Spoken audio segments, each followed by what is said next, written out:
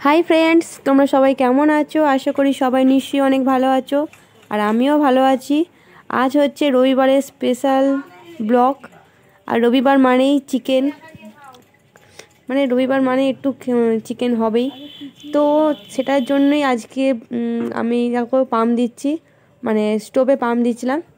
স্টোভটা ধরাচ্ছি প্রায় প্রায় অনেক বছর পর, মানে অনেক দিন স্টোভে পাম্প দিইনি, তাই আবার নতুন করে ট্রাই করছি, চেষ্টা করছি, বাট দেখছি হলো।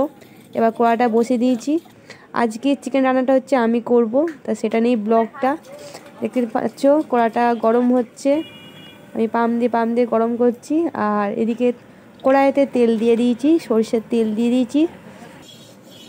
তা তেলটা এখন ভালো করে কড়াটা চারদিকে করে নিয়ে কড়াটা গরম করে নিচ্ছি। আর এই দিকে আমার প্রীতি হচ্ছে টিফিনে ভাত খাচ্ছে। ও হচ্ছে চিংড়ি মাছ দিয়ে ভাত খাচ্ছে, শুধু ভাত। ও তরকারি কিছু আলু ফালু কিছু খায় না, ও শুধু ভাত খায় মাছ দিয়ে।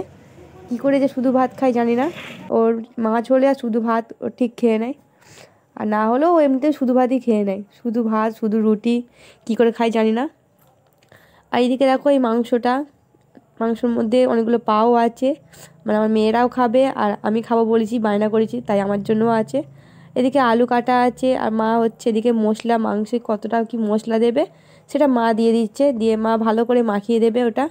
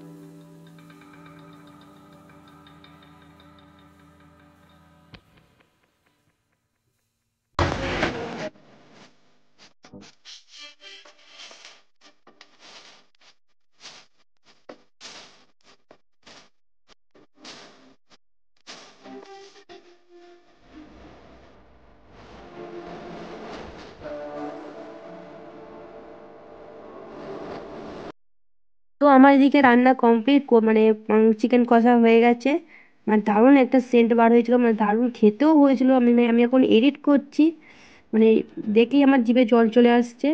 তো এদিকে মা এবারে কষাগুলো তুলছে, আমার ভাইয়ের জন্য তুলছে, তার মধ্যেই আমি একটু টেস্ট করব।